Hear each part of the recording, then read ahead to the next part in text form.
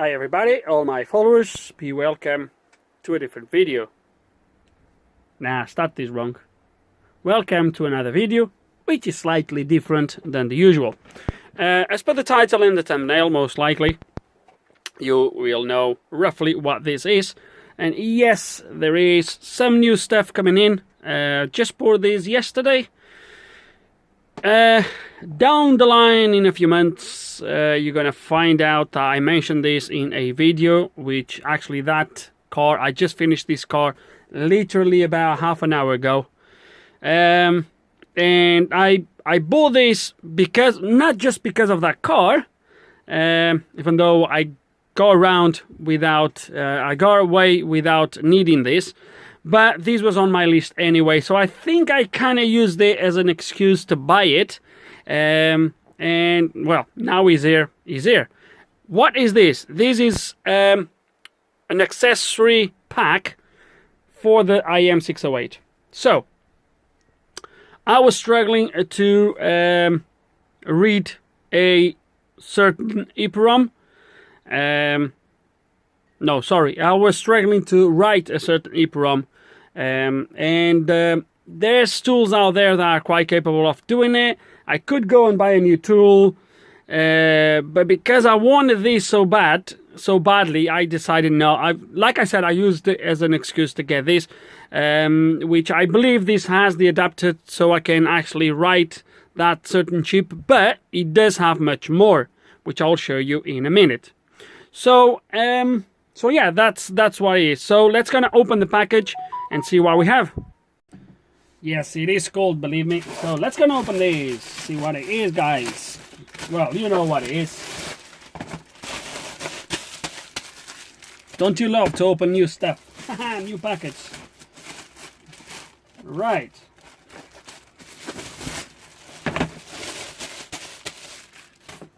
Right, do I need this?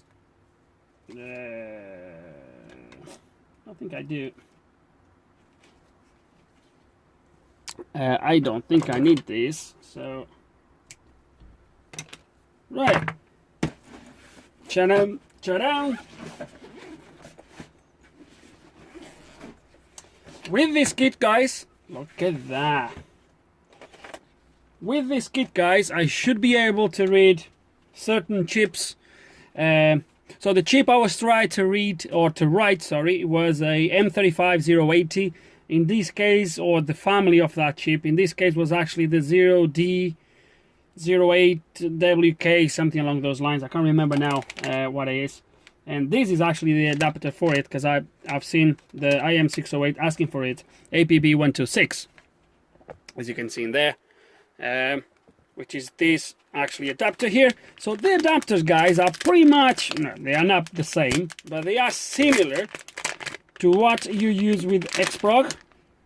So yeah, like always, I'm going to interrupt it again.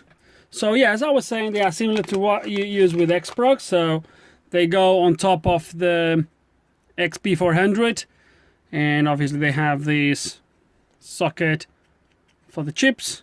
Okay, so this is what it is. And you have a series of different adapters. Let me close this. So yeah, you have a series of different adapters for example, I can see these ones for flash memories. As you can see in there. You have for chips like this, if I ever gonna use it. You do have, what's this one here? Yeah, again for soldering chips, again for soldering memories.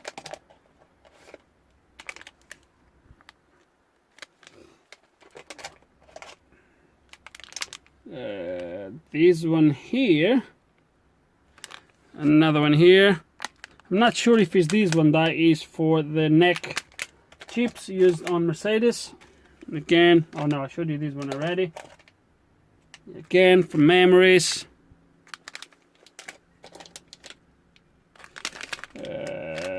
this one here. What's this one here?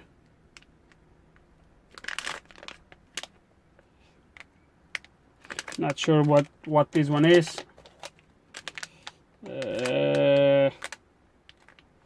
Again, for more chips. Obviously, IM608 will instruct you which one to use when you need to use. This one here is the one I'm actually quite interested on it as well. It comes with this little cable. This is to renew certain keys, so you can solder on the PCB of the keys and renew some keys. You have one here that, if I'm not mistaken, is one for the CAS, same as Xprog or very similar. And one last one here. And nice that it has 3 empty pockets, because I can actually use them for the adapters that came with the IM608 originally. That I actually kept them in the box. I actually gonna get the box, and I think I showed you these ones on the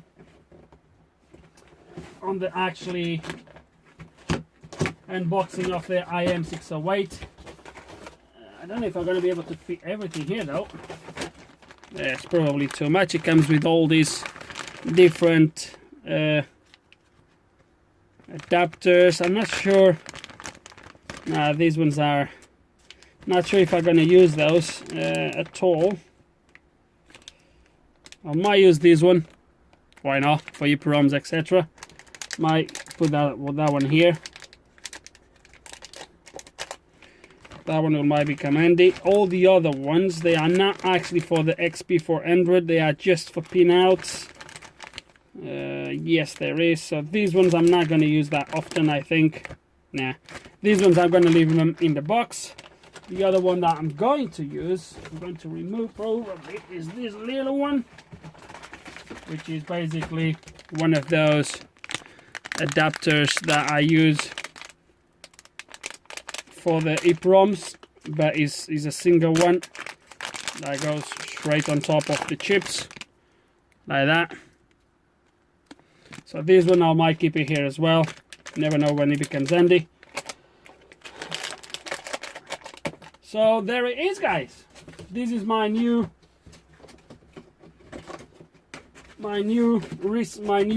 purchase. As I said, I bought this purely to try to write that particular EEPROM, the incremental area, which is the first 32 bytes of that chip.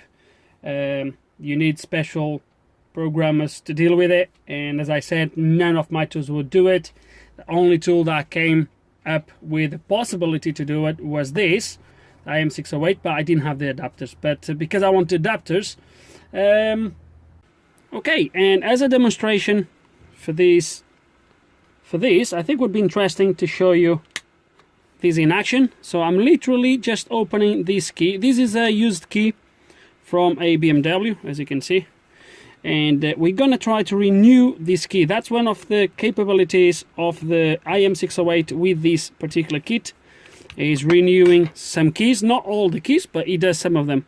Actually, it's nearly opened, but before we finished, actually, let's gonna see that there's nothing wrong with this key, that the key is good and is operating okay.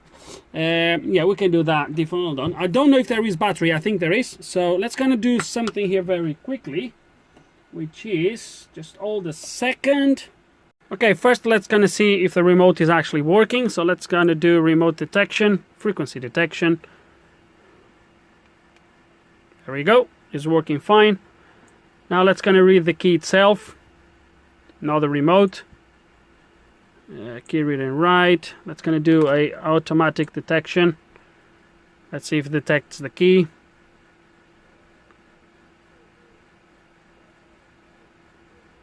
There it is. It's a little bit off glare, I do apologize. Okay, let's just read the key ID. There it is. And let's gonna read the key information.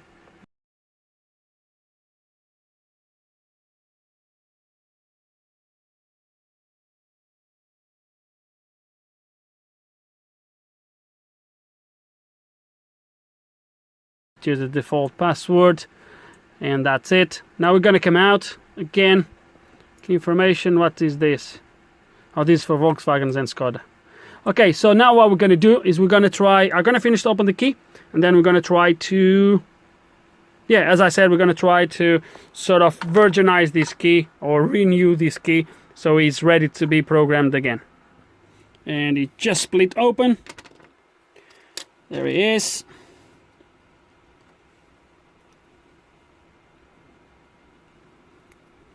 Genuine BMW key. Now let's gonna see. So the chip on this is the PC. So is the PCF 7945 C05. Let's gonna see if the MaxiSys supports this particular key. Right, I only have 10% battery on this, so let's gonna try to do this quickly. I've never done this before, so I'm learning as I go along. I think it's somewhere here. And now we're gonna go to remote BMW. Oh dear. Right, let me see if I can identify which key we are talking about. Okay, and that number is stamped at the back of the key. I could barely see it, but you can see in there. Possibly you might be able to see 5K, 5, that's a 5WK. Then we have 49125. Which on my list is actually the first key. Oh crap, did it wrong already. It's my first key. So 5K 49125. That's the key. And press OK. We do all, select diagram. Let's see how this is connected to the key. It's going to be using that adapter that comes with that little bit of cable, which I will show you once everything is connected anyway. There we go. There we go. How it's connected. Okay. Okay, and the IM608 is instructing me to remove the battery. So we are going to remove the battery. Put a little bit of flex in there first.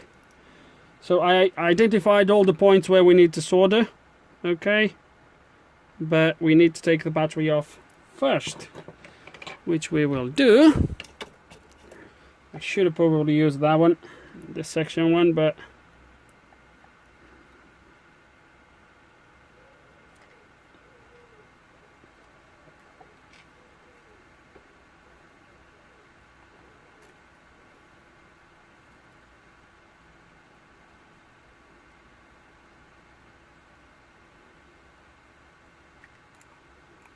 there it is, battery is removed.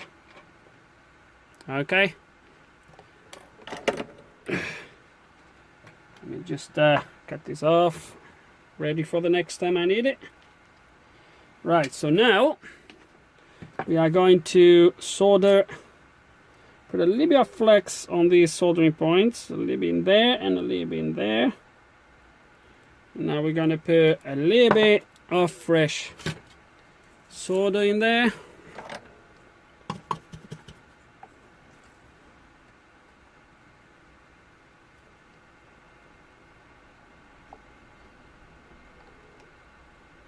Over there we don't need, we already have, so it's fine.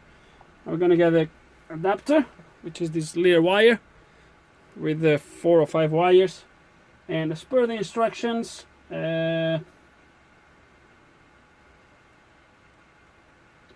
wire is not needed.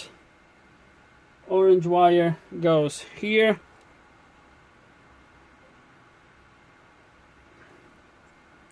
Orange wire, red wire goes here. Then yellow wire goes here at the front. And finally, black wire goes on the other terminal of the battery. There we go. So let's gonna proceed now with the next step. Okay, I know the phone is probably a little bit too far, but the phone is charging, is what it is. But the idea is not for you to see exactly what's going on, it's for you to understand the principle. So now we're going to put this adapter here. Okay, that's how they go. Push it down. Now we connect this to here. Okay, now we're going to go back. And we're going to do right.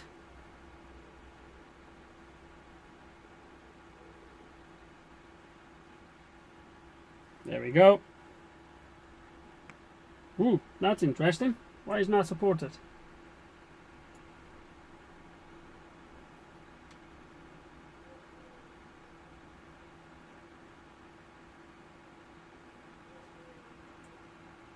Hold on.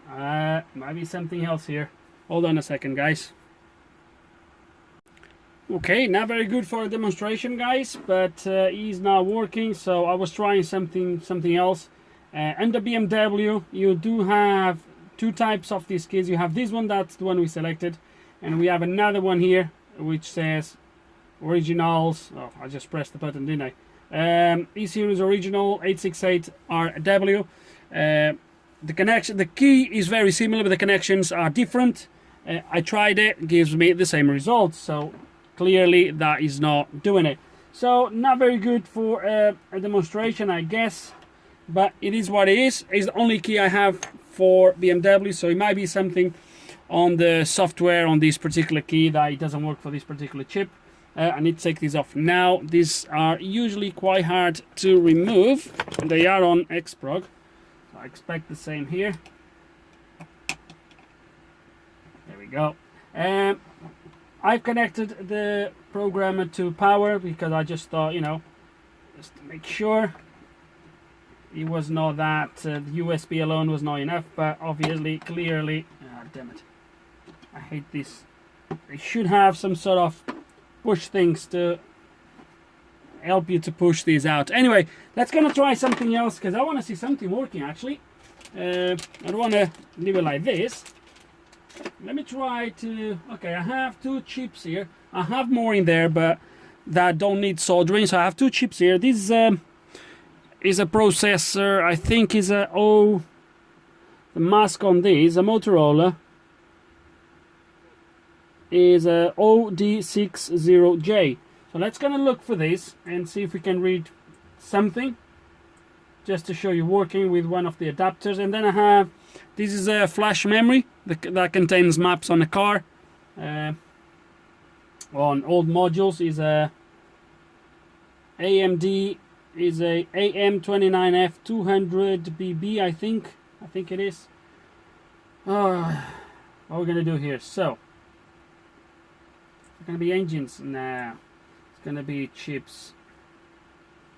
It's gonna be MCU. Let's gonna try this MCU. It's a free scale, I think it is. It's not going to be there then.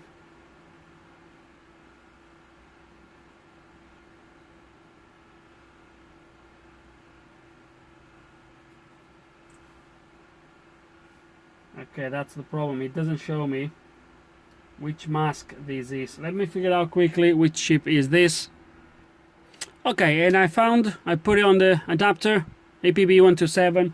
This is actually a HT70B16, I think it is. So let's gonna put this into here.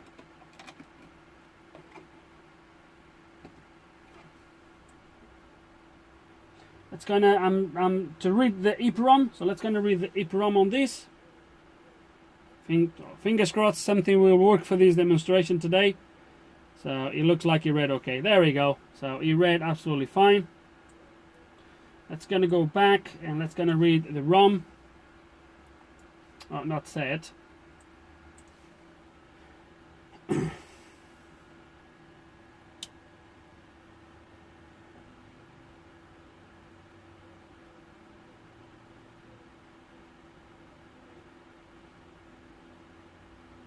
I believe these chips are empty anyway.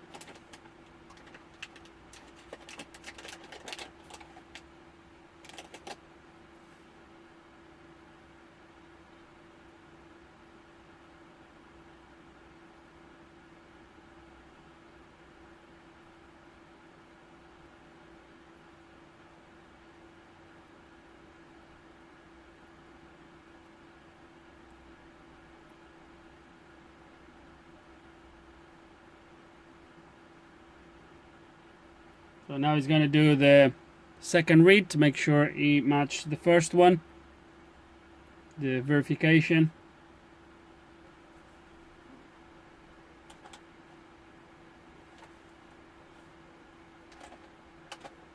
Look for the adapter for the, I think it's this one.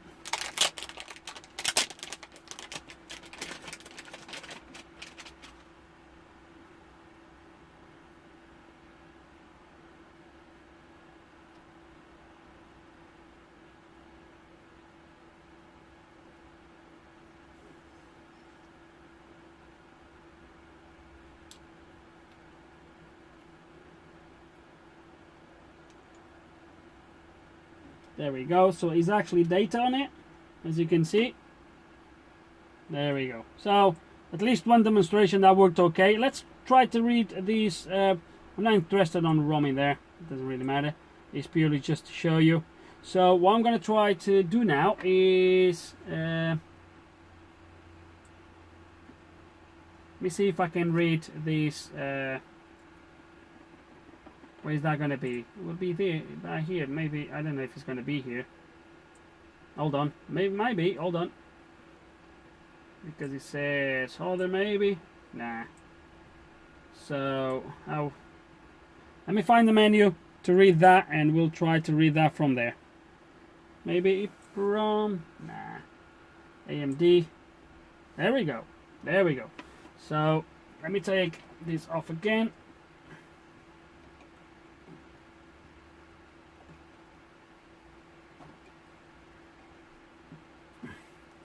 It definitely should have come up with some sort of lever to pull this out without forcing this so much. I'll take the chip later on. So let's kind of put the chip on the adapter. There it is. So this, as I said, is a, oh dear me, what just happened? Right, it's AMD 29 F200 29 and F200.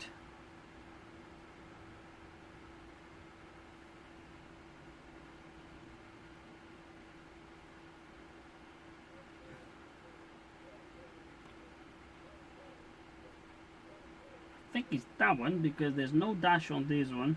Oh, there is 70 0S is going to be that one, I think. Flash. It's going to read it.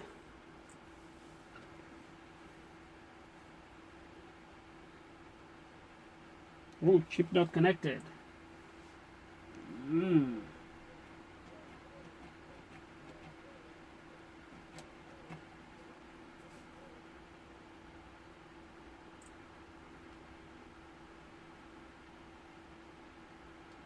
Okay, let's gonna try the other one. Will that be this one then?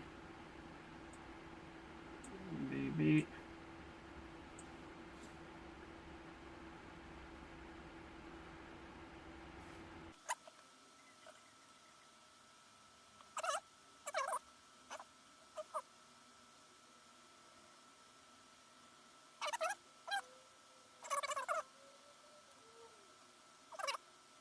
No, we are not, because to read this particular chip, I should read the instructions first.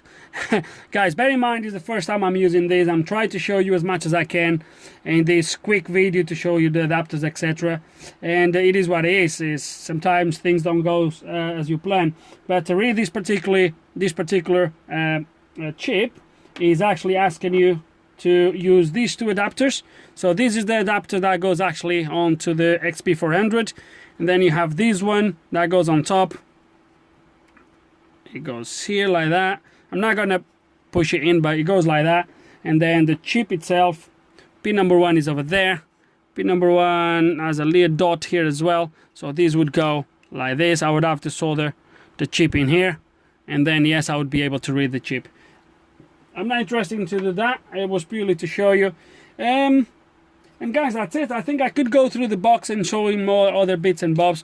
It's really a shame that I can't renew this key. It would be really interesting. But I will try to get hold of some other keys, and maybe one day I'll be able to show you how to renew one.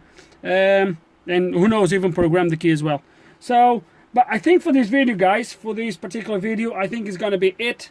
I'm going to terminate the video here. So if you do have an IM608, these adapters are definitely a good thing to have. I believe you're going to see them in the future.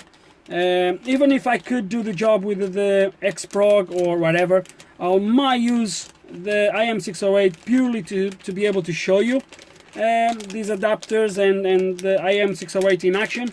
And that's it, guys, for this video. That's it. So that's gonna terminate this. I hope there's some information here you guys can find useful. I really hope you learned something. Hope you enjoyed the video. If you do have any questions, any comments, please put them below. And like always, thank you for watching.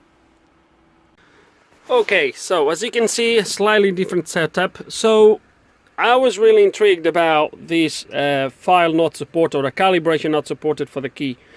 So this is actually like a month later. So I checked the clips and I was recording this video that you've just seen up to now on the 5th of March 2021, and today is actually the 1st of April, if I'm not mistaken. So what I've done at the end of that video, because I couldn't understand why this was failing, I've actually wrote Autel. I've sent an email to the support through the page, through the registration page. Anyone who has an Autel tool will know what I'm talking about. So I've opened a case in there and I reported that this was not working. They replied back just a few days ago about I was working in the meantime and I couldn't do this, but they replied back to go through the updates, which I usually always do, but was a new update for this tool available. And I did the update to the tool, and they said to me to basically run the updates and try again. So I ran the updates. Was a few files in there. Was a few updates for the firmware of this, etc., etc. Anyway, I just update the tool after that and came here to try again. And let's gonna look at the result now. I already did it, but just to show you for the video purpose, I'm gonna do the right process again. If you remember, you used to go all the way down and then would say calibration not supported. A slightly different result, which is fantastic, which means now that key should be able to be programmed again. And now, yes guys, with no further ado, I'm going to wrap up this video. Just same stuff again. Hope you enjoyed. If you have any questions, guys, please put them below, and like always, thanks for watching.